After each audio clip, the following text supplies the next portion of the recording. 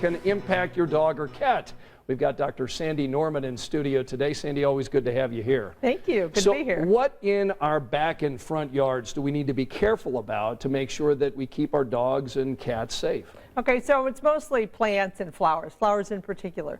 Things like tulips and hyacinths, they have bulbs. And it's not so much the flowers, that causes discomfort, but tulips look like little balls. And dogs with balls will pick up tulips, tulip bulbs or hyacinth bulbs. So mostly it's the bulbs that cause problem. And then the seeds inside or flowers can cause diarrhea, vomiting, a variety of things. And then in the case of lilies, for cats, they can be very toxic. So if you have a cat who sneaks outside, lilies, or even if you have lilies inside, which some people do, that can cause a problem. All right, springtime, of course, a lot of our viewers will be getting mulch delivered, or they'll be putting mulch in their yard. Is this a problem for dogs and cats? Can be. Some of it's cocoa mulch, or some of it's like nut mulch, like chestnut mulch or something, and that can actually cause a toxicity in dogs. So you just have to be careful. You just want to keep them away from those compounds that may cause a problem. And it depends on the dog and their sensitivity somewhat, but some of the nut mulches or cocoa in particular, remember chocolate, they have a particular sensitivity to chocolate, can cause problems in your pet. All right, fertilizers and pesticides, that is certainly used during landscaping. Yeah. This can't be good. No, it can't.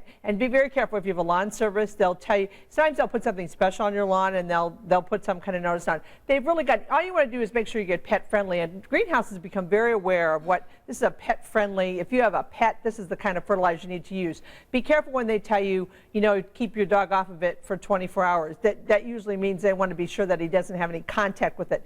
So it just depends on the pesticides and fertilizer. Remember, the smaller the dog, the lower the dose they need. But any dog can potentially have problems. So be conscious, look at the label. And if your dog does have a problem, make sure you take the pesticide, the fertilizer, the plant or whatever with you, because that'll directly affect. They have what we call SLUT effects, salivation, lacrimation, urination, all those bad signs you see in a pet when something can be wrong. We want to show our viewers a couple of pets that are available for adoption today. Tell us about them. Yeah, we have we have a cat first. This is Clover. Clover cat. Clover's a 1.5 years, but it's not an independent cat. It's a very affectionate cat. So if you have a cat that you want to snuggle with, this is Clover. She's a 1.5 years old, and she's actually free to adopt at the Humane Society of Indianapolis. How cute is this? And this is Maximilian. Maximilian is a long-haired Chihuahua, so just a little thing, not very big.